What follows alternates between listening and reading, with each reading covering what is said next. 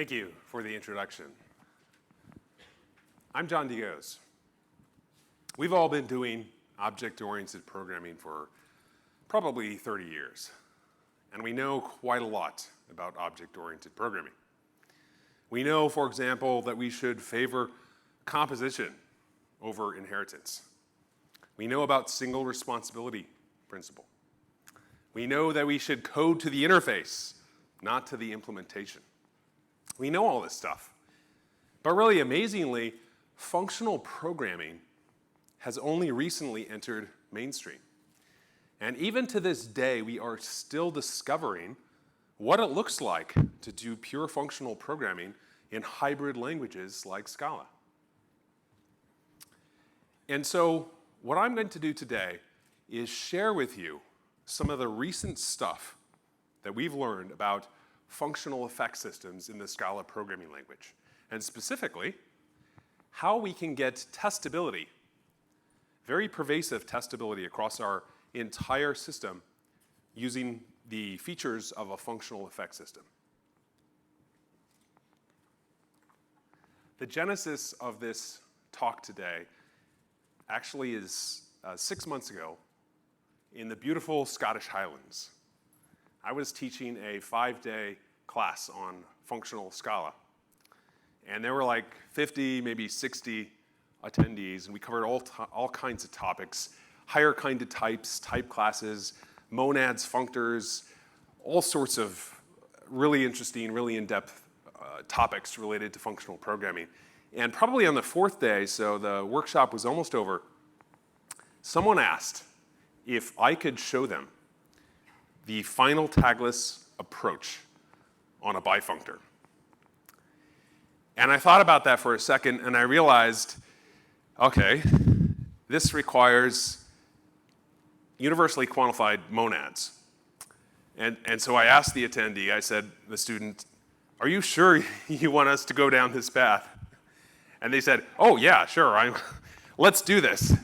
And so I heard them, and then I asked again, are you really, really sure you want to go down this path?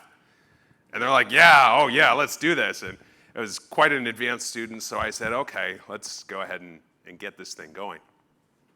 And then I don't know if it was the jet lag or just the fact that it was the 4th day of teaching, but probably like 10 minutes into this exercise, I stopped talking. I was no longer able to talk about what I was doing. I was just too busy focusing on the code. And so an hour or maybe an hour and a half later, I emerged from the other side of this, and the code was all there, and it all worked, and it was all as beautiful as you can make that kind of code, which is to say, not beautiful at all. And I showed it to everyone, and they're like, how did you get this, and what is it? I'm like, sorry, I'm sorry about that. And I remember going back to my hotel room that day and just feeling really bad. Like I let my students down. Why did I go off onto this wild goose chase and build all this stuff and not really explain what I was doing? So the next day in class, I came back and I said, I'm sorry I did that. I'm sorry I went down this wild goose chase. And I looked at that code and I said, I know deep down we can do better than this. Like this is not the best that we can do. And so I made a promise to all 60 students. I said, I'm going to work on this problem, and I'm not going to stop until I come up with something that I can actually teach and code at the same time. And this talk is really the result of all the work that's been done since then. And without that class, without that experience of trying to teach this stuff to a lot of people who were getting to be good functional programmers through that workshop, I would not have seen the necessity of taking some of the stuff that we have in FP and just making it more accessible, trying to cut down on boilerplate, cut down on jargon, cut down on all the stuff that keep people away from functional programming in Scala. Before I begin, I would like to give special thanks to a Zio contributor who I hope you already know of, Wiem Zinlabedin. She has been my partner in crime on this project, working in secret on nights and weekends for some of the code that you're about to see today. And I truly would not have been able to get this project where it is today without her help. So I'm super grateful that she was willing to do that. And she wanted to be here tonight co-presenting, but unfortunately, visa trouble did not allow her to do that. So I am extremely grateful to her for all that she's done in making this project possible. Also, I'd like to give a huge thanks to Skills Matters for inviting me to be here. I'm so happy to be here. And they also invited me to keynote Scala Exchange 2019. So I hope you're coming to that. Looks really exciting. And then finally, I would like to thank all of you for coming. I think that London is probably one of 2 cities in the entire world where a meetup can be as big as some Scala conferences. You have an amazing Scala scene here in London, and it's always a pleasure to visit, and it's a pleasure to give talks in this wonderful city. And it's a pleasure to eat your Indian food. Dish room is awesome. Tonight, I'm going to be covering 4 topics. First, class effects. So this is a real lightweight tour of what a functional effect system is for those of you who are new to them. I'll talk a bit about final tagless, which is an approach to abstracting over functional effects that lets us achieve the benefit of testability. We can build very testable systems using final tagless. Then I'm going to talk a bit about a new feature in Zio that will ship tonight after the talk concludes, so you'll be able to check that out in mere hours. And finally, I'll wrap up and show some pretty comparison tables that will probably get me in trouble, but you'll enjoy them anyway, I hope. First, class effects. So when we build programs in a language like Java, and even in Scala sometimes, we build them from statements. And statements are imperative recipes. Do this, do that. And if you think about it, if you stop to think about it, there's something very, very different about statements than values. Because values, we could take a value and we can stick it in a variable. Or we can take a value and we can fill a list with that value. Or we can write a function that takes a value, like a double, and returns another double. That's like a double combinator. It's a function that takes a double and returns double. But we really cannot do the same with statements. So it doesn't really make sense to take statements, like take your main function and stick it in a variable. It doesn't make sense to take 10 of those main functions and replicate them in a list.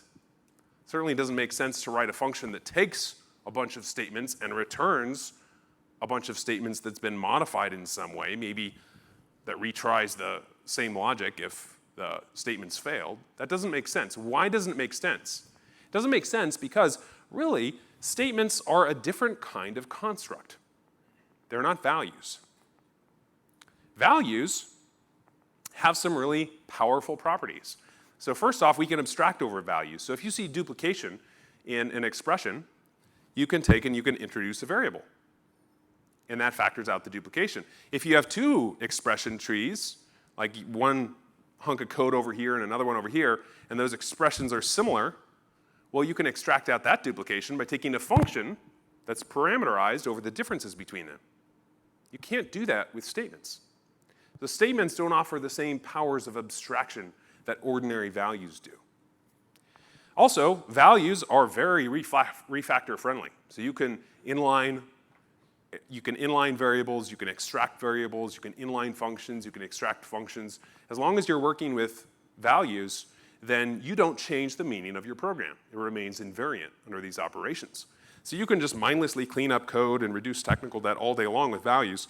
If you try to do that with statements, however, if you see duplicated statements and try to put that into a variable, then that changes the meaning of your program. You have a different program. You've broken your program. You can't refactor statements, but you can refactor expressions and other things constructed from values, as long as they have no side effects. And finally, functions that return values, if that's all they do is construct a value and return it, those are super easy to test because they're deterministic. You feed them one input, you get back the same output every time. So values are really, really powerful things. And it would be great if we could take statements and treat them like values. It would be Great if we could take all our procedural effects, all our print lines and read lines and database queries and network connections and so forth, and somehow bring them into this world of values.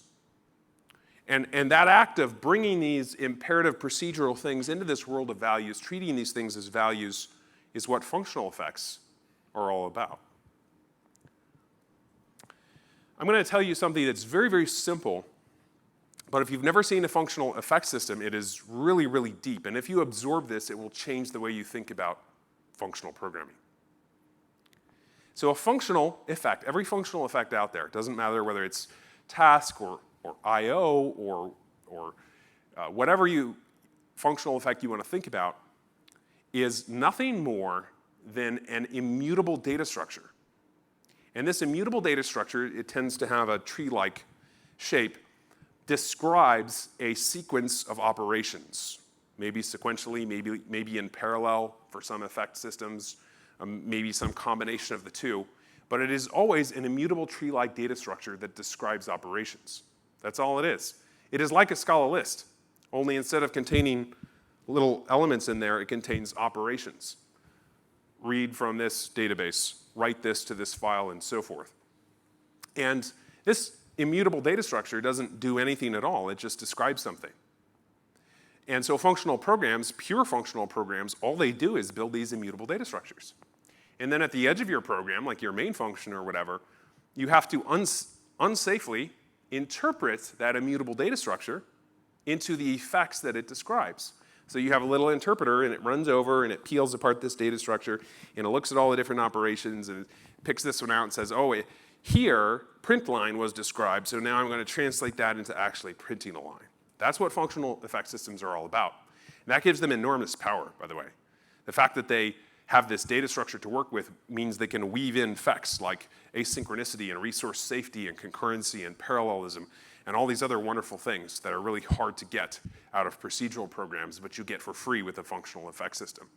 We won't talk about that today, but keep in your minds that all functional effects is just immutable tree-like data structures that have to be interpreted at the end of the world into the effects that they describe. This print line here is procedural. Like all procedural effects, it does something. This print line, on the other hand, is functional. It doesn't do anything.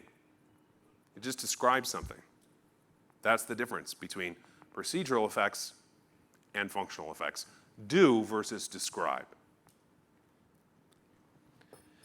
Now, you've probably heard of something called the I/O monad. The I/O monad is basically the most powerful effect system that you want because it can describe all of the things that we as programmers need to do in order to write business applications. We need to make network calls and read from files and do all that stuff.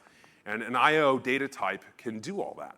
So I/O of A represents a description of some effect with the external world that when it's unsafely interpreted at the edge of your program is going to succeed or in some cases fail. In this case, succeed with a value of type A. How would we build something like this in Scala? It turns out you only need 8 lines of code to build an I/O data type. And the trick is really, really interesting. So all you have to do is create a class like this I/O data type here, and it has a single field called unsafe interpret. And this unsafe interpret is nothing more than a lazy A. It's a thunk, if you've heard of that terminology before. It's a function 0 in Scala's world. It's a thunk to a value of A. And you can also think of it as a hunk of code that produces a value of A. So this hunk of code, you simply store it inside the I/O. So the I/O here is now not doing anything. It's describing the operation of evaluating a hunk of Scala code. Very simple trick. Instead of computing the A, we describe computing the A by taking that dirty hunk of nasty imperative Scala code and stuffing it into a data structure. And then we compose these data structures into other trees using map and flat map. So this is I/O. This is all I/O is. And using a data structure that looks like this, you can very simply define operations like put stir line and get stir line. Look at this get stir line, for example. It doesn't do anything except return an IO. If you call that in the REPL, all you'll get back is an IO data structure. The same way for a put stir line. You give it a given string, and you're going to get back a description of how to print that string. It won't print the string, but it will describe, as a hunk of Scala code that's sitting inside a data structure, how to print that at the edge of your application, at the end of the world. Once you have map and flat map, then you can suddenly use for comprehension. Scala's for comprehension desugars into a bunch of flat maps followed by a map. You can build procedural looking programs that don't actually do anything, they just describe doing things. In this case, I've built a main function that says, good morning, what is your name? And then it describes the operation of reading a line of text from the console, and then it describes the operation of printing out, good to meet you, name. And if you evaluate this in the REPL, again, you just get back this IO tree-like data structure that describes an effectful sequence of operations that you can then later unsafely interpret to real-world effects. This simple trick allows you to treat your procedural programs as values. So suddenly you can take them and stick them inside variables. You can create a list with 10 of them in it, or however many you want. You can build program combinators. That is, you can build functions that take programs and return other programs based on them. In this case, I've built a program combinator that takes a program and just retries the logic up to 2 times if the first program failed. This gives you enormous powers. In this simple example here, I build a policy, a retry policy that says recur for up to 10 times and jitter the amount of spacing between those retries. And then I create a worker that gets a URL and retries using the retry policy. And then I take that worker, which is an IO, which is a program, as a value, and I replicate it 10 times in a list. Now I have a list with 10 programs in it. Or not 10, it could be n of them. There could be 100, 10,000 of them. And then I run them all in parallel. I actually build an IO program that describes the operation of running them all in parallel. So this is a load test framework in 4 lines of code. And it's so powerful precisely because our programs are first-class values. So when we take these procedural hunks of code and we stick them into data structures, when we take statements and we turn them into ordinary values, then we get superpowers because we can now abstract over them. If we see duplication in our programs, we can take that out and stick it in a variable. Or if we see a bunch of program logic here and a bunch of program logic here and it's similar, we can extract that out into a function. We can make program combinators, which is something we can't do with statements. And we can refactor without really paying attention. So we can introduce variables, we can eliminate them. We can do all the standard classic refactorings you can do with ordinary like numeric operations, 2 times 2 and so forth, without changing the meaning of our programs. So this gives us confidence to refactor our programs, pay down technical debt, knowing we don't even have to run it. We know that the operation of the program is going to be the same after our refactoring. And finally, we get the ability to test. Well, at least in theory. There's actually a problem. There's a big problem. We actually don't get the ability to test. Not with the IO data type. Functional programming in general gives you this superpower, the ability to test code cleanly because you have these wonderful functions that all they do is compute values. It's super easy to test. But there's a problem with these particular values. And namely, it's these hunks of Scala code that we're stuffing inside the IOs. Ordinarily, when we write a test, we want to say that we feed it this and we get back this value. However, since we're sticking hunks of Scala code inside to our IO values, we have no way to compare 2 IOs to see if they're the same. We actually can't know if 2 IO values represent the same program. Even though we can prove to that ourselves in limited cases, we can't write a unit test for that because we can't know that 2 Scala closures, which have different hash codes and are not going to compare equals do in fact do the same thing at runtime. So in theory, we get all these benefits. In practice, because we're sort of cheating here by taking hunks of Scala code and plopping them into a data structure, we don't get that testing benefit. And that's really unfortunate. Well, fortunately, we have techniques that allow us to regain the ability to test our code. And tagless final is one of them. So I'm going to take a different approach to teaching tagless final. I'm going to introduce it as an extension of something you already know. So let's go back all the way to Java land or some other programming language back before you did FP. And let's think about how we would test if we were writing this in Java or Ruby or something else like that. How would we test code in those languages? Well, we'd build an interface, right? If we want to test that our code is doing the right thing, then we'd build a service, a console service, for example, and that would allow us to have different implementations, hence the old object-oriented principle of code to the interface, not the implementation. There's a reason that principle was developed. It's to enable testing.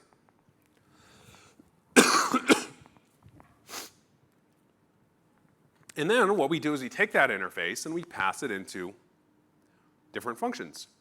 And now our functions interact with that service through the interface.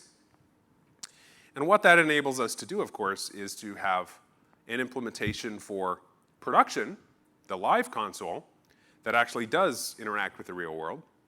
And then another one that doesn't interact with the real world. It has like a list of things from a list of strings that it just dumps out. And then maybe it collects the stuff that you're printing so you can test your program in a deterministic, very fast fashion without having to interact with the console or simulate console input-output. And then when you test it, you just feed your program the test console. And when you're running in production, you feed it the live console. This is how it gets done in Java. This is how you get it done. Well, how would we do this if we were to translate this into the world of pure functional programming? Let's take a look at that. We can stick with the same interface if we want. At least that's a good first start. We can stick with the same interface. The only thing that's going to change is these functions are going to return I/O. They're going to return effects. They're doing effects. They have to return values that represent, that describe effects, because we're talking about pure functional programming here. And now we build our programs almost exactly like the Java way. Now we're using for comprehensions here because we're not dealing with statements, we're dealing with expressions. So we're calling methods, map and flat map, on these things to compose bigger IOs out of smaller IOs. But it's the same idea and looks almost the same. Now here's the step that often trips people up in final tagless. We make a small shift. Instead of returning a concrete I/O data type, we say, we are going to make that data type polymorphic. We're not going to return a specific I/O. We're going to return a polymorphic I/O. And the weird syntax that you see there, the square brackets, just indicates that I/O is a type constructor. It's similar to list. List is not a type. List is a type constructor because to get a type out of it, you have to feed it a type. There's no such thing as a list type, but there's a type called list of ints. That's the type you get when you feed int, or you feed int to a list type constructor, you get back the type list of ints. In a similar way, the I/O data type is not actually a type, it's a type constructor because it's like I/O of int or I/O of string and so forth. So to describe the difference there, we use those square brackets to say this is a type constructor, it takes one type parameter. And otherwise, it doesn't change. But this is a little too easy, so to make it more obscure and more confusing, we change it to F. And that's where final tagless gets the F square bracket underscore square bracket. It stands for functor. And then we create a type class around console. And a type class, unfortunately, has no direct support in Scala 2.x, but there's a way to emulate type classes using implicits. So you create a interface-like thing, which is the console thing that you've seen before. And then in the companion object, you put what's called a summoner, which can summon instances of that type class for a given concrete type. And then after you do that, you can now rewrite the program. And it does the same thing as before, only it's like maybe 5 times uglier. But you feed it. Now we have a polymorphic program. This polymorphic program can work with any F that supports 2 capabilities: the console capability and the monad capability. We need the monad to get map and flat map so we can use the for comprehension, and we need the console so we can print line and read line. So we need the composition of those 2 capabilities. That's a context bound in Scala, which expands to an implicit. And this is one of the properties of Scala that you use to emulate type classes. And now once you've gotten to this point, you can create a test data type that fakes printing to the console and fakes reading from the console. And then your live I/O, of course, can do the thing that we did before, which is actually interact with the console. And now your program's polymorphic, so you can instantiate that program for different types of effects. You can instantiate it for the test effect and get back a program that gives you a test I/O. And you can instantiate it for the real I/O and get back a program that gives you a real I/O. And now you have all the benefits that functional programming promises. You have the ability to abstract, which you had with I/O, and the ability to refactor, which you again had with I/O, but now you can test. You can actually swap in test services anywhere you want. You can mock stuff up like crazy, never interact with the real world in your tests. So they're going to be fast, deterministic, they're not going to rely on the network. Your Travis builds will complete, well, maybe not anymore since Travis is shutting down or whatever, but in the old days. And this is all wonderful, but it's all pretty terrible at the same time. If you look at all the machinery that goes into doing that, it's a lot. And in fact, if you want to break it down, what do you have to understand in order to get this approach to making testable functional effects? What all do you have to understand, and how well do you have to understand it to do everything that you could ever possibly want to do? Well, you have to understand functional effects, of course, which isn't too terrible. But then you also have to understand parametric polymorphism. You have to understand what these generics, you have to understand what these type parameters are. And not just ordinary, like Java-style parametric polymorphism, but you have to actually understand higher-kinded parametric polymorphism. Because these aren't ordinary lower-kinded type parameters, these are higher-kinded type parameters of kind star to star, but they can get much more complex than that if you're dealing with things like monad state and so forth. Not only that, but you have to understand type classes. And type classes don't exist in Scala. So you have to learn how to encode type classes. You have to learn what type classes are, then you have to learn how we fake them in Scala, because Scala doesn't yet have first-class support for type classes. And you have to understand type class instances, which is a whole different thing than type classes, because there are 2 different ways you need to, actually multiple different ways you need to encode them, depending on whether or not they depend on other instances, the difference between val and def, and implicits fed to implicit defs, and so forth. There's a lot to understand there that's not really apparent.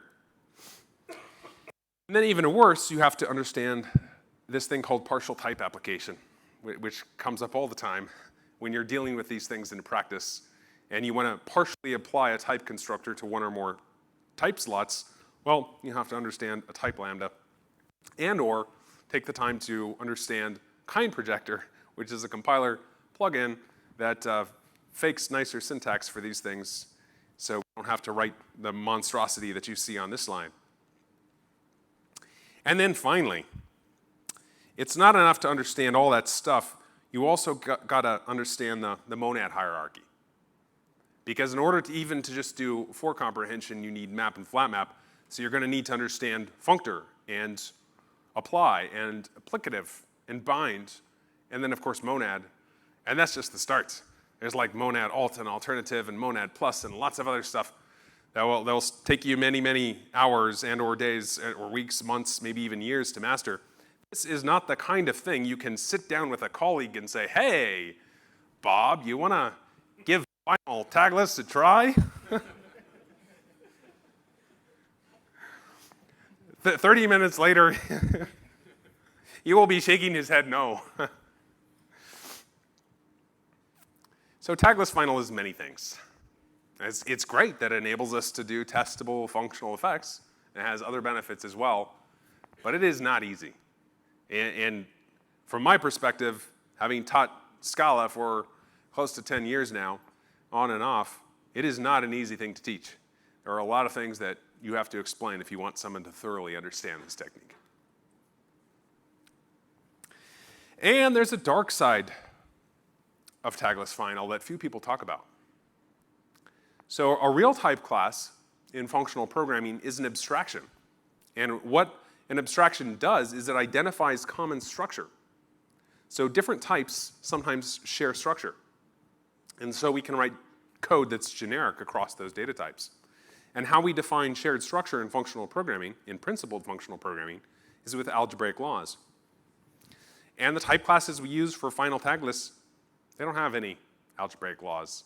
They're basically glorified Java interfaces that we use implicits for so we don't have to manually pass these things around. Also, if you want to introduce final tagless into a code base, if you want to test one thing, basically you're looking at the Big Bang. You've got to do a whole bunch of refactoring to get to that point of threading Fs all the way down to the thing that you want to test so you can mock it out. There's not an incremental way to introduce this into your code. I mean, not a great incremental way. You can introduce this into your code base to test something that's deep down inside your code base. Also, if you have looked at final tagless in the wild, you're going to start seeing type signatures that look like this. We need monad and logging and user database, profile database, Redis cache, GeoIP service, auth service, session manager, localization, config, event queue, concurrent async, metrics manager. And that's on a good day. That's relatively modest requirements here for this one. Also, we can return a feed. And it's not that this is terrible to write once. The really terrible thing is there's no way to factor out that duplication. Because that's just syntax in Scala for an implicit parameter list, and there's nothing, an implicit parameter list is not a first-class thing. You can't condense that in any way. There's no mechanism in Scala that lets you condense all that crap into an everything that you can just feed in once so you don't have to repeat yourself. So even if you have 100 methods that all require the same thing, you will have to repeat yourself all those 100 times with all that horrible list of requirements. There's no way to abstract over these implicit parameter lists. Maybe there should be, but there's not. And also, implicit parameter lists cannot be inferred because they're not types. They're lists of values. So you can't just write def gen feed equals, and write your for comprehension and have the Scala compiler figure it out. You are on your own. And hopefully you don't make any mistakes, because the errors you get are not always helpful. And type inference itself doesn't work all that well with higher kind of types. And then finally, for those of you who are using final tagless, you'll know that there is another benefit that's often touted of final tagless programs, which is you can reason about them using their type parameters alone. And if you look at this innocent-looking function here, this function only uses monad. We know that it can only call point and app and flat map, right? Well, no, not really, because this is Scala. You can do anything you want. In fact, before you even return from this function, you can do effects. Not only that, but it's trivial to create a helper function here that I've called effect that takes and embeds an effect into an f, even though the only capability we were provided with is monad. It's trivial to embed effects in an arbitrary f that gives you applicative or higher. Actually, functor or higher is sufficient. So what is that saying? Even though we look at this type signature and it's saying f only gives us the capability of monad, in fact, this function is doing effects before it even returns the f, and it's doing effects inside the f. So these parametric guarantees are not enforced by anything. They hold only up to discipline. If we are disciplined programmers and everyone's doing proper code reviews and everything and not letting in any kind of code that looks like this, well, yeah, then they hold. But honestly, a lot of things hold up to discipline. This is not a real parametric guarantee here because Scala can't give us that.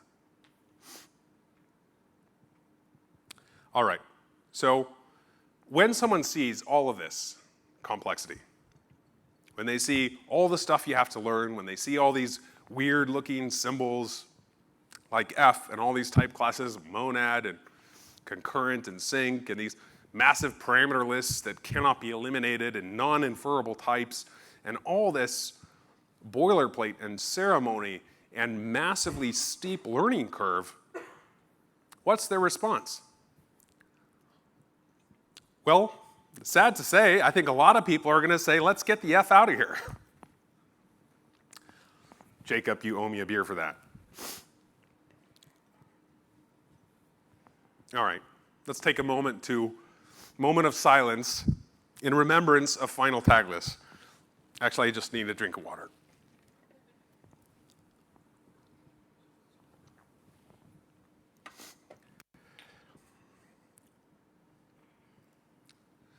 All right, so how do we solve this problem?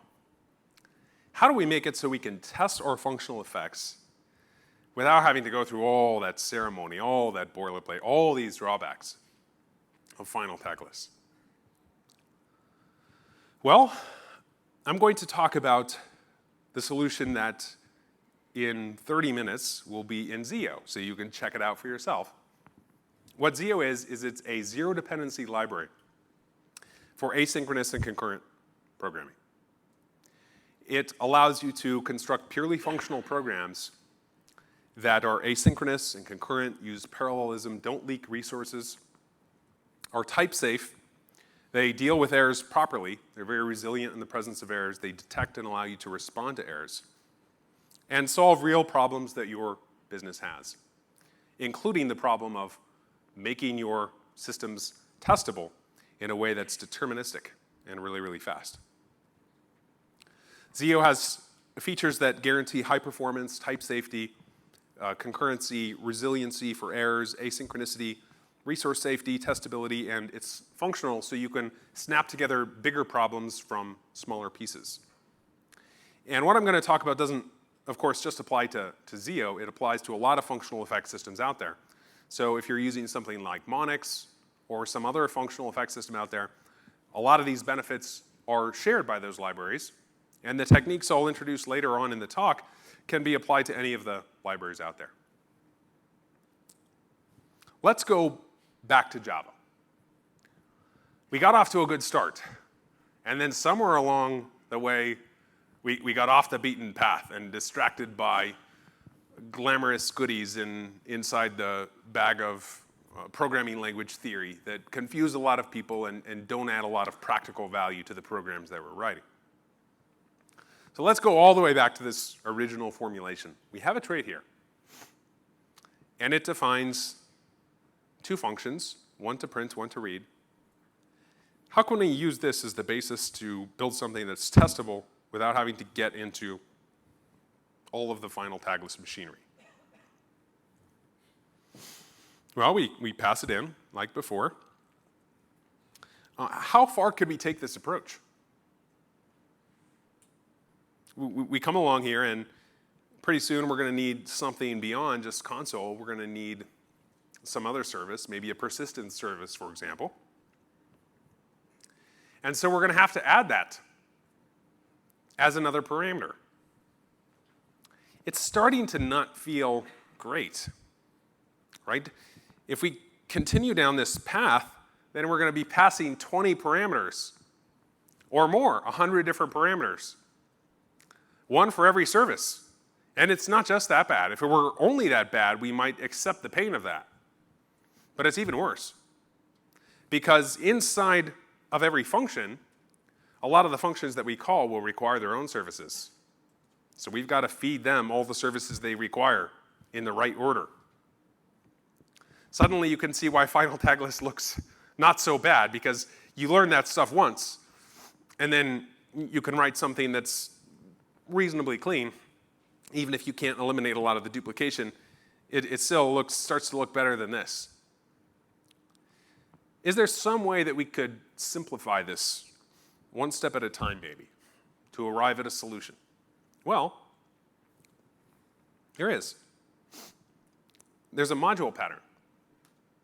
This module pattern has been used in Scala before, by other names. And the module pattern looks like this. We have a module, and these are sometimes in the wild called has. Has console, has debug, has database, has persistence, and so forth. I'm going to quickly drop that convention because it becomes very tedious. But the basic idea is simple. A module has a single field, and that field is the service definition. So in this case, we have a has console, which has a single field called console, and that has type, in this case, has console.service, which is the service definition.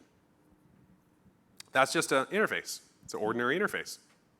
So we have a module which contains a field with an interface, and the interface just contains whatever we want to test.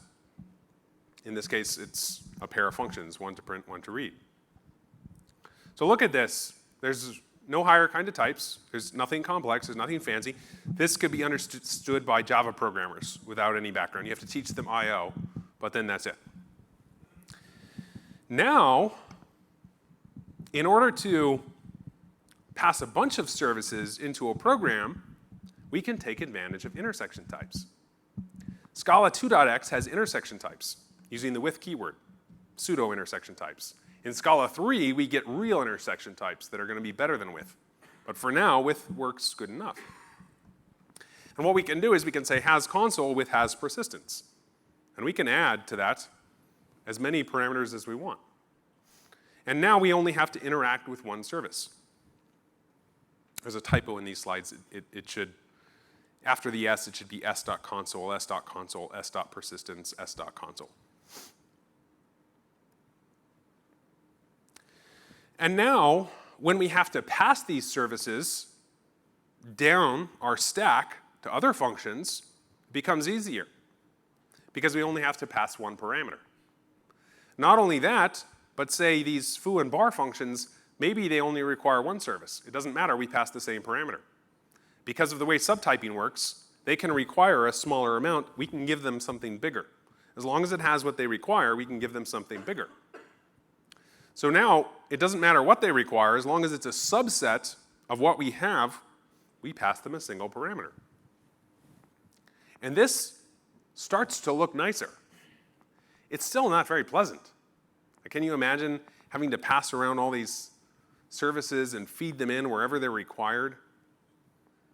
Well, fortunately, we've simplified the problem down to the point where our program takes a single service parameter that has a bundle of all the services, and it passes a single parameter down to all those things, and those things just require a single service parameter. Is there a tool in functional programming that allows us to eliminate the boilerplate of passing around a single parameter? Is there? Is there anything out there in the world of functional programming that can help us? Reader, the reader monad. The reader monad is a monad that gives access to an environment. And its sole purpose, you don't have to understand it, it's too complex to explain in the time I have. But the reader monad, the sole purpose is to eliminate passing a parameter into every single function, threading that through your entire program. If you use the reader monad, then suddenly you can write code that looks like this. This program requires a bunch of services, but it's not accepting any parameters. The services it requires are reflected in the type of environment, which is part of the reader monad. So no passing of any parameters. Not only that, we don't have to pass them to all the functions that we call. They get them in the same way. They're all written using the reader monad. Now this is just the reader monad, unfortunately, and we have to deal with purely functional effects. We're dealing with a functional effect system. So that means we can't use the reader monad, but it does turn out that there is a reader monad transformer that you can stack on top of an effect monad like Monix task or cat's IO or even future or Zio's IO. You can stack that on and it adds the capability of reading from an environment. If anyone uses functional programming libraries, this is sometimes called Kleisli. In fact, HTTP4S uses this design pattern extensively, Kleisli. It's so useful, it pervades a lot of FP code bases. And unfortunately, monad transformers require you to understand, well, monads and also monad transformers. And if you've used them, then you'll be aware that they are ridiculously slow. Every monad transformer that you add to your stack adds overhead of between 2 to 4 times. And sometimes those layers that you add are not, they're not stack safe. So you have to use other tricks to make them stack safe, which make them even slower. And then the boilerplate, there's lots of boilerplate with using monad transformers. And that boilerplate leads many into final tagless again, because that eliminates the boilerplate. So do all roads lead back to final tagless? Not really, because we can get around this. There's a technique called effect rotation that I blogged about a couple months ago that involves taking a stack of monad transformers, basically rotating it horizontally. And you can eliminate all the performance overhead, you can get great type inference, and you don't lose any of the capabilities. You actually retain all the full power of monad transformer stack. Zio has used this extensively for the error type parameter. Zio has a typed errors. So instead of an IO of A, it's an IO of EA, which means that you represent the type inside that type parameter, and there's no overhead for doing that. So it's tremendously faster than using an either T or except T monad transformer on top of a base effect system, and it has better type inference and all that stuff. So what if we took the same idea here, used effect rotation? Well, then we'd get in deep trouble, actually. Actually, this change was prophesied by Roman months ago, last year, I guess, last May, expecting the IO septifunctor to be mentioned soon. Sorry, Roman, it took me a while to get around to it, but I'm finally going to talk about not septifunctor, but a trifunctor. The Zio trifunctor. It's a profunctor on R and A or R and E, and it's a trifunctor because it's a contravariant functor on R and covariant functor on E and A. But you don't have to know any of that stuff. You can ignore all of that. And it's entirely opt-in. So this is a new feature in Zio that's shipping tonight. It's entirely opt-in, and you can still use not only the old IO if you want, but now we're shipping with 2 more type synonyms and companion object synonyms. One for task, so if you like your error specialized to throwable, you can use that. And one where UIO, which models effects that cannot fail for any reason. So now you have your choice in Zio between these 4 different types. You have either Zio, which gives you the full package. You have IO, which is classic and backward compatible with Zio for the past 8 or 9 months. You have task, which is compatible with Monix task and cat's IO. It has the same semantics, the same way of using it. And then you have UIO, which is an unfailing IO, and you get back that type anytime you handle exceptions. So you can actually look at the type of something and know whether or not it fails. If you have a UIO, then you know it doesn't fail. So how does this work? Well, the R type parameter in ZO. First of all, a ZO is an effect. It's a functional effect, so it's like IO. The R type parameter is the type of environment required by the effect. So different effects can require different environments. The E type parameter is the type of error that the effect might fail with, which will commonly be throwable, but it could be something more specific. If you create your own error types, then you'll want to seal them, just so you can say, sealed trait my domain error extends throwable, just so when you see that in your type, you know it's one of a finite number of cases. And then finally, there's the success type, which you'll recall from IO. It's the same thing. It's if the effect succeeds, it produces a value of that type. Here's an example. So this effect, it requires console. It can fail for IO exception. That's because when you call readline, you might actually get an IO exception if someone interrupted that process. And then finally, this particular effect doesn't return anything except for unit. It doesn't return any information, just unit. So here's an example of what it looks like. This is actually the preceding example. So we have our program here, and it requires console with persistence. It requires two services, console and persistence. So we can look at this and we can know what it requires in order to do its business. We know it can fail for IO exception, and we know it doesn't return anything. And notice how in the body, it's just calling ordinary functions. There is no summoning of implicits. There's none of that stuff. It's just calling functions. And it's mixing functions. It's actually mixing functions in the same for comprehension that have entirely different requirements. And that works because of widening in flat map. So ZO, the data type, is contravariant in the R type parameter. And every time you flat map, you're allowed to widen. You're allowed to broaden. You can flat map to something that requires more from its environment. And that allows you to write for comprehensions that mix in all different kinds of crazy dependencies and automatically broaden to the set that includes them all. And we'll see just how powerful this is in a second. Now, it turns out you only need two primitives. Only two primitives were added to ZO in order to support all this. One of them is provide. And what provide does is provide is on the ZO data type itself. If you give it an R, it gives you back a ZO that requires nothing. Well, how do you require nothing? You accept any. So any says, I can take anything you want. You can give me unit. For all I care, you can give me unit. I don't have any requirements. So any is how you model the absence of any requirement. And so when you provide a ZO that requires an R, when you provide it an R, you get back a ZO that doesn't require anything. This could also be called, if you wanted, inject. You're injecting an R into this ZO, this effect, and you're getting back something with no requirements.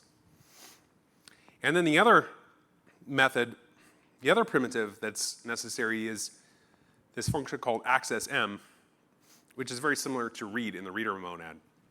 But this turns out to be a bit better way to factor that. And what this says is, okay, you call accessM, which is on the companion object of ZO, and you're given the environment, and you can now do some effect based on that environment. It gives you access to the R environment. So you can call services in the environment. You can call console and all the other ones. And then it turns out there's two other handy functions, one called access, which is just when you want to pull a value out of that. You're using R for config or something like that. You don't want to actually do an effect. You just want to pull a value out. And if you just want access to the whole environment, you can call environment. But both those two functions are just defined in terms of accessM. So let's take a look at a full example here. You're going to see everything that's required to actually use this. And it's a tiny amount of code. First, we define a module. And that module contains a reference to the service. There's no type parameters anywhere. These are just concrete data types. These are Java-style interfaces. You could do this in Java. Now, inside, this is pure convention, inside the companion object of the module, I've defined the service, the console service. And the console service, it has two methods, one to print a line and one to read a line. And you're going to have to learn to interpret these two type parameters here. So you can see these don't require anything, and this one can fail with IO exception. This one can't fail. This one returns unit. This one returns string. Well, people can learn type parameters very quickly. And now you create the production implementation. So the production implementation, all you have to do is call the ZO constructors that take that hunk of Scala code and plop it in there. It's just like the IO monad in 8 lines of code that I showed you at the beginning. You take the hunk of Scala code and you plop it in there. This is our production implementation of the console service. And I've defined it as an object here, but to retain maximum flexibility, you should actually define it as a trait, so you can mix in that implementation with the implementations of other services. And finally, you don't actually have to do this. This is an optional step. So we're done. We've defined a module, which contains a service. We've defined the service interface, which is an ordinary interface. And then we've defined an implementation. There's no type parameters anywhere except here. We're using type parameters, but there's no polymorphic code anywhere. And there's certainly no higher kind of types. There's no type classes. There's none of that. Just interfaces. And now we're done. But if we want to make it really easy to call these things, then rather than always relying on accessM to access all your services, you can provide helpers that simply remove the step of calling accessM for that service. So these helpers are totally optional, but they can make life a bit simpler.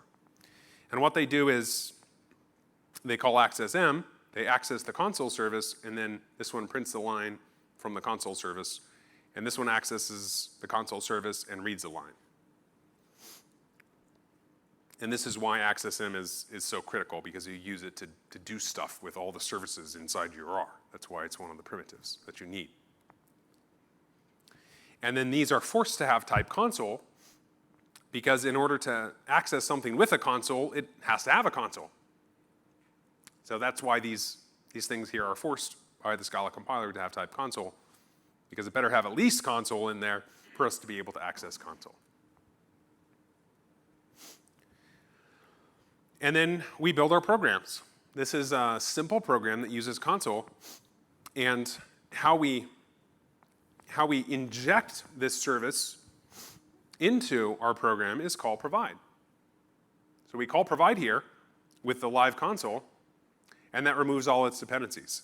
And once we removed its dependencies, we can call unsafe run on it.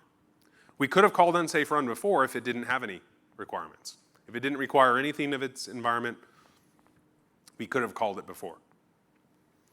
And the default runtime actually bundles a range of services into it. It bundles console and random and system and clock into it. So if your stuff just uses other functions in ZO, you don't actually need to provide those dependencies. But you could if you wanted to, if you were testing that out or providing your own implementations of those things. And here's how you would test it. So it's the same program. The program doesn't change. We just provide it with a test console, a test service. It's just a different implementation of that interface that does whatever we need for testing. Same logic. And if you want to create your own runtime, it's very easy to do that. You just call the runtime constructor.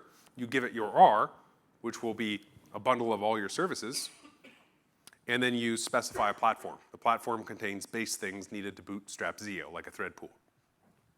And there's a default one called Platform Live if you don't want to mess with any of that stuff. All right.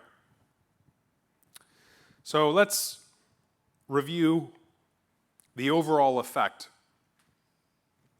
of this style of making functional effects testable. What are the effects of this? First off, it's teachable. You can show this to someone in a small amount of time. I'm not saying 30 minutes, but maybe an hour or two. And if they've seen I/O before, a task or some functional effect system, then they'll probably get it right away. And then you teach them we're going to have a module here that contains a service.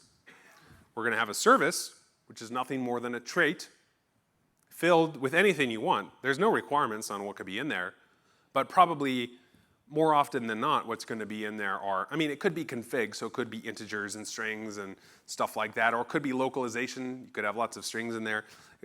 But in many cases, when you're describing services, it's going to be a bunch of methods that all return a ZO. That's what it's going to be. It's a bunch of methods that all return a functional effect. And then you're going to have your production implementation. That's what you need. So you can teach someone that without having to teach them any more Scala than they already know. Also, it's composable. So thanks to intersection types in Scala, these things compose horizontally. Our programs can have as many dependencies as they want, and the only requirement is that it's hierarchical, so that at the top level of your program, it has to have all the dependencies of everything that it calls recursively down to the very bottom. It is performant. So functional effect systems are already way faster than Scala's future. If you look at ZO or Monix or whatever, they're going to be probably 100 times faster than Scala's future. And remember, this technique, because we used effect rotation, we didn't use a monad transformer, it offered the exact same performance as before. There's no performance overhead for using this technique.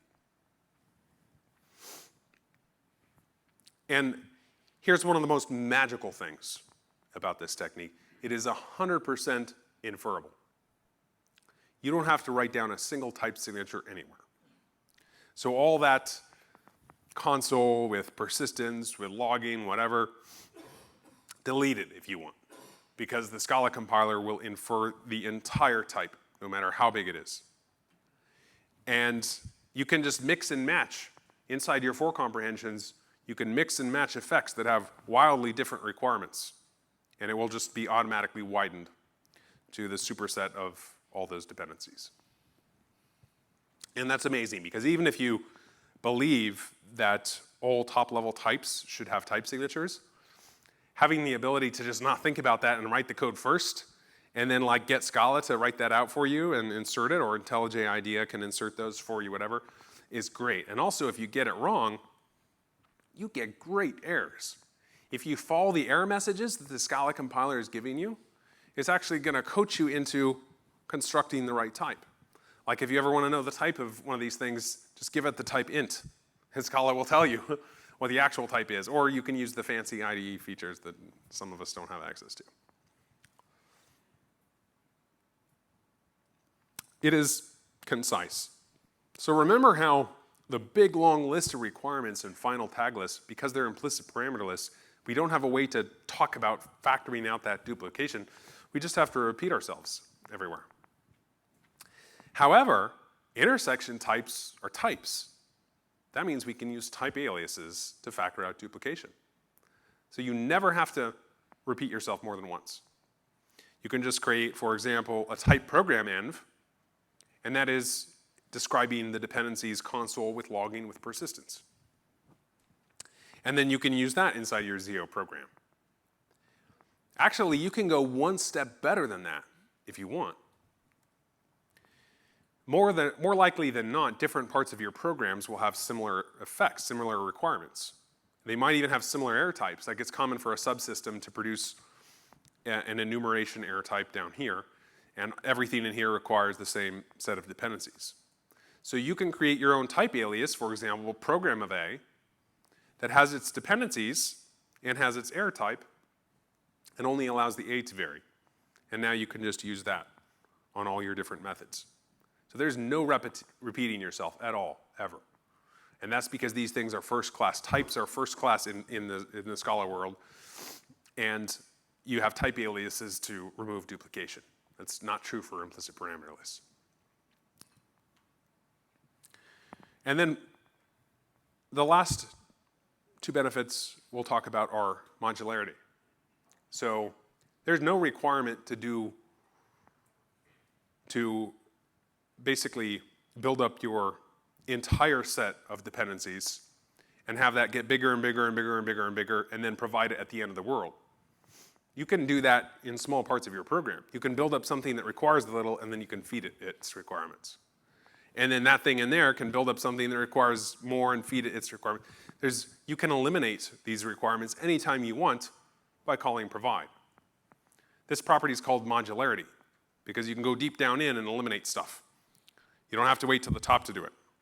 That's super hard to do with final tagless. You have to hack your way into doing that. It's easy to do with monad transformers. It's very hard to do with final tagless.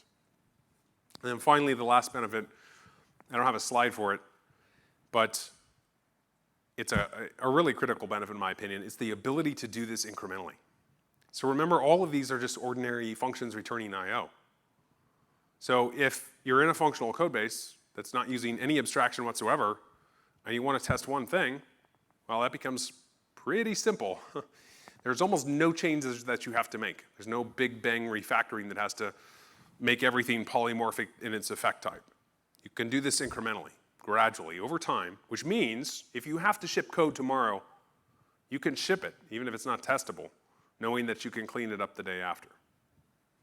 And sometimes we have to do what we have to do.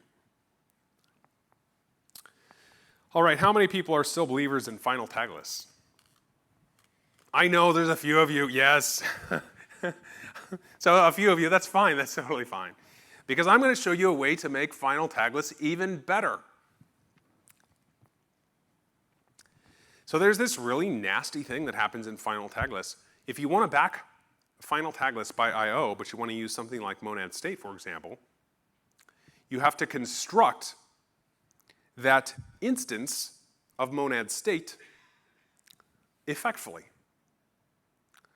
And that's unfortunate because it means basically you're constructing that in I/O and then you're creating a local variable that's implicit, and it's just messy and nasty, and it turns out to be unnecessary because let's take the simple example of monad state. You can create a module called hasState that has a service that just provides you with a state inside a ref. A ref is basically a mutable reference in the purely functional way of thinking about things. It's a model of a mutable reference. And then you can define an instance of monad state for any ZO with an R that at least has state for that state type. And now you can construct that statically without any effects in your system. And then you can construct a polymorphic program that requires monad state for that S, and you can instantiate your program to any ZO that has a state of S. So what this allows you to do is, if you like final tagless, ZO makes it better because you no longer have to dynamically construct instances of type classes effectfully. You can make them statically. And if you like final tagless, you know what that means. And if you don't like final tagless, you probably don't, and that's fine too.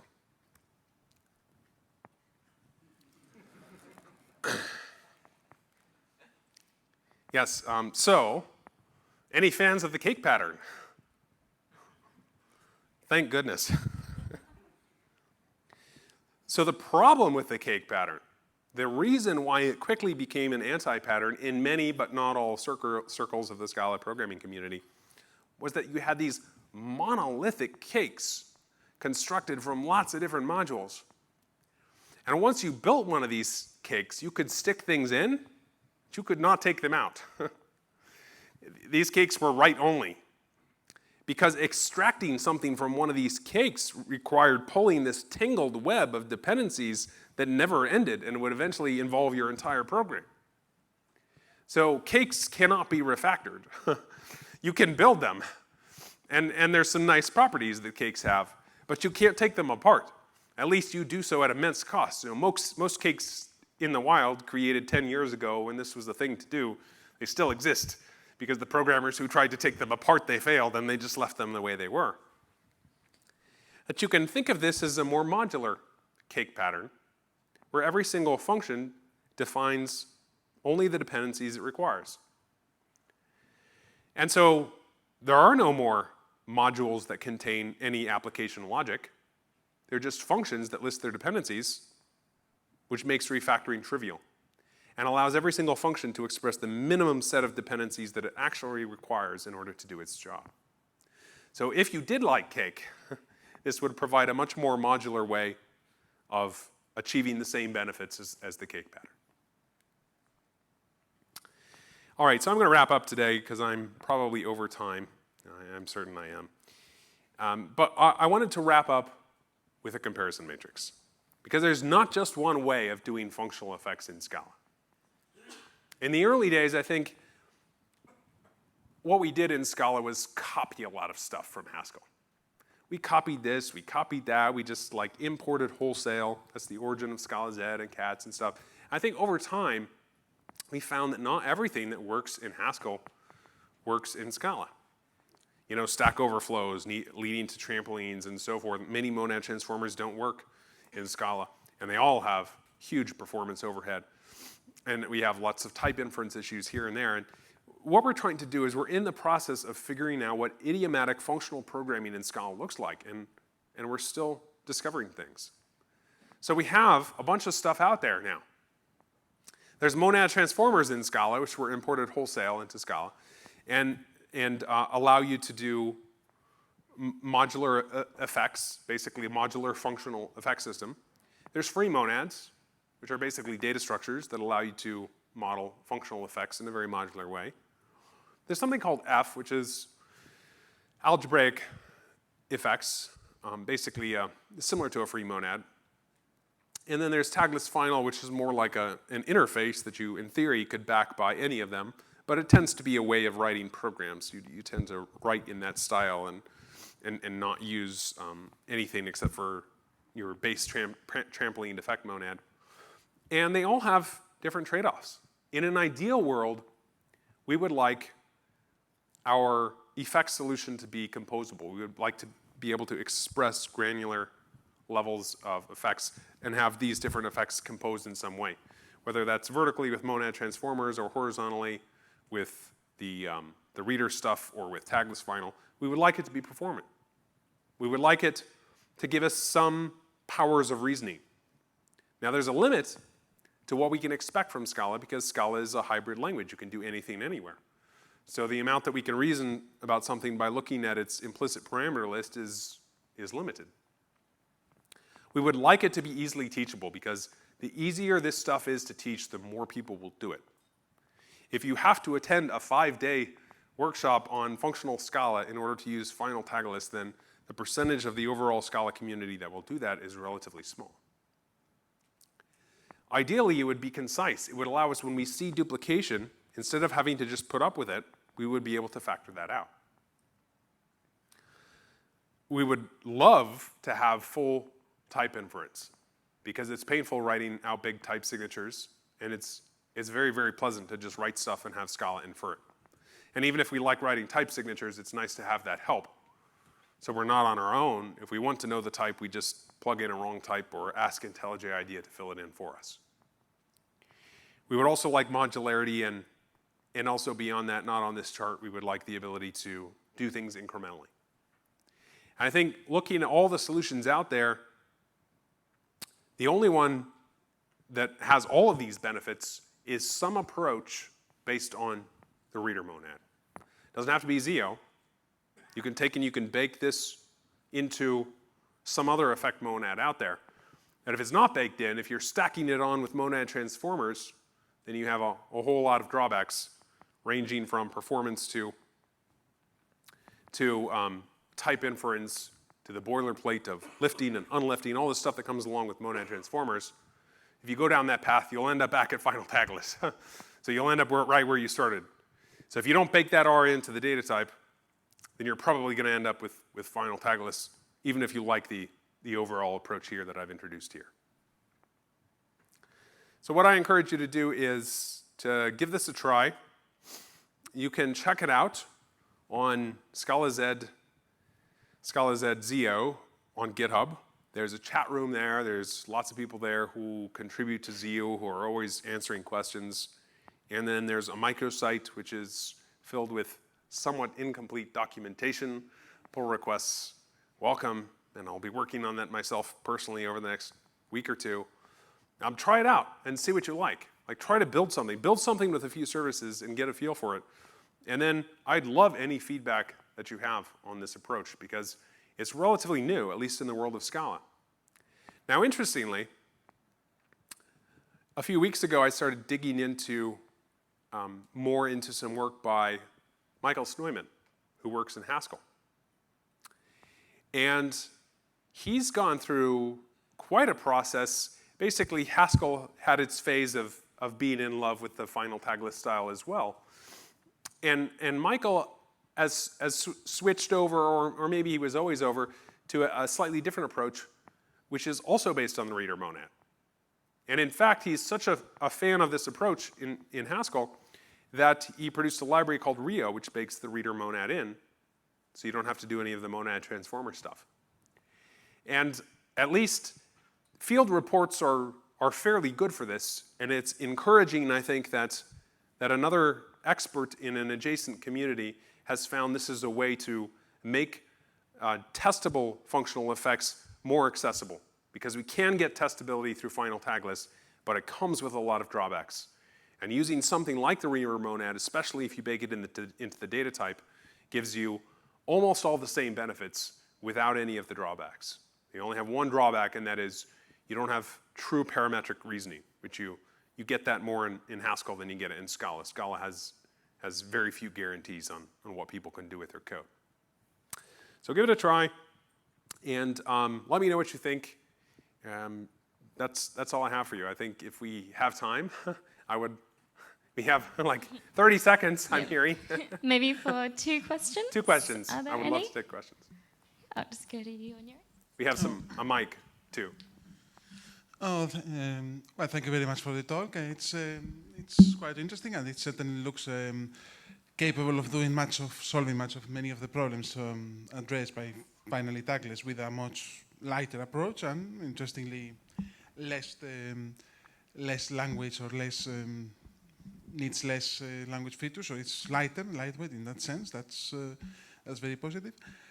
One thing I will say I try to use tagless, and one of the advanced things I found of tagless, which is not usually, it's sometimes bending a bit, is the idea of these combinators, trait level combinators, in which you have for algebras, they are sometimes called level combinators, like the map K, or some similar ones called up K.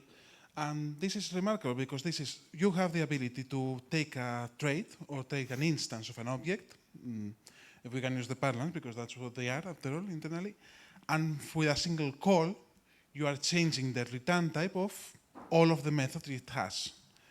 That's something quite remarkable because it helps a lot. I think it can help with this orthogonal compositionality that you can just, as I said, change all the methods in one call.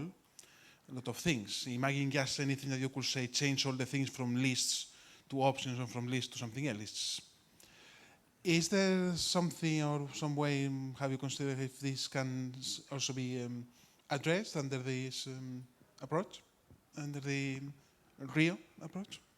Yeah, I think, so basically the issue here is that with final tagless, the return type of all your methods is parameterized by the same type constructor. And because it's parameterized by the same type constructor, what you can do is using natural transformation, you can transform that type class into another type class that uses a different type constructor, which is an interesting capability. And you can use that to basically transform from one effect type to another. So if you have something that returns a bunch of options, you can turn that into a bunch of methods that return a list and so forth. And if you use the approach that I sketched out in here, you don't have that capability. You can reintroduce it, but I think you reintroduce it at cost. So yeah, there's definitely things that you lose if you go to a monomorphic encoding. It's not necessarily the reader monad itself that causes you to lose these benefits. It's more the monomorphic encoding. You go to the monomorphic encoding, suddenly you lose the ability to do things like that over your return types. Another question? Yeah, in the new ZIO, is it possible to provide partial environment? Let's say I have ZIO of debug with logging? Is it possible to just provide logging and return an IO of on debug? Yes, sadly, you have to use inheritance to do that. Okay, Because you have to delegate for all the methods that you don't implement. The question was, okay, let's say I have part of an environment, and I want to supply that, but I want to leave the rest unfulfilled. Well, you actually can do that. It took me a little while to figure out how to do that. But you basically have to use inheritance. You have to use delegation. You need a proxy to delegate all the methods that you don't implement to the outer environment, and then you provide the one that you do implement. So it's not great. There's no way to do type division in Scala. At least I haven't found a way. Maybe someone else knows a way, that there's a cleaner way to do that. But you can certainly do it using inheritance. All right, thank you so much for coming to my talk. And I will turn it back over to. Around downstairs. Yeah, let's take a look.